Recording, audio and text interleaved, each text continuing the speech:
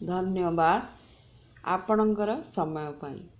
आमे समस्ते आत्मा अटंती आउ समस्त आत्मा पुरुष तत्व अटे। समस्त शरीर स्त्री तत्व अटे। प्रकृति आउ पुरुष एक साथ साथ ही रहती। आत्मा आउ शरीर दुहे मिसिकरी संसार गढ़ी थांती। तेणु प्रकृति रूपी स्त्री आत्मा रूपी पुरुषर अर्धांग शरीर अटे।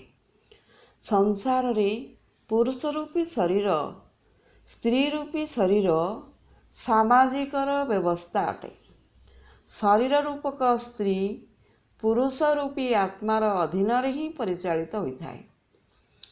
आत्मा रूपी पुरुषर गुणधर्म जदि पथभ्रष्ट होई नष्ट हो जाए ताहाले शरीर रूपी स्त्रीर मर्यादा सम्मान किपरि रहिबो।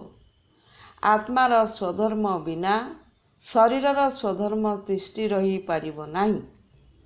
तेणु करी आत्मा सर्वदा सदा सर्वदा परमात्मा प्रति प्रीत होई रहिले आत्मा निज स्वधर्म रे स्थित होई रही पारिबो।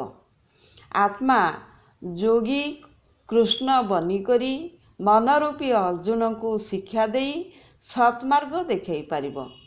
जो आत्मा परमात्मा सहित जोगयुक्त होई समस्त प्रकार कर्ममान संसार रे करिथाए सेही आत्मा को परमात्मा ठारू सठिक प्रेरणा मान मिलिथाए।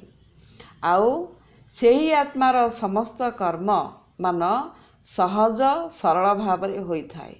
आमर स्थूल शरीर एक मंदिर सदृश अटे। शरीर रूपी मंदिरर देवता आत्मदेव अटंती। आम मन बुद्धिर मार्गदर्शक आत्मदेव ही अटंती। आत्मदेवंकर मार्गदर्शक परमात्मा परमेश्वर अटंती। समस्त ईश्वरंकर ऊर्ध्वरे समस्तंकर इष्ट परमेश्वर ही अटंती। जो आत्मा परमात्मांकर समस्त प्रकार नीति नियम मर्यादा को पालन करे सी ही यही संसार रूपक भवसागर अति सहज सरल भाव तरी जाई थाए।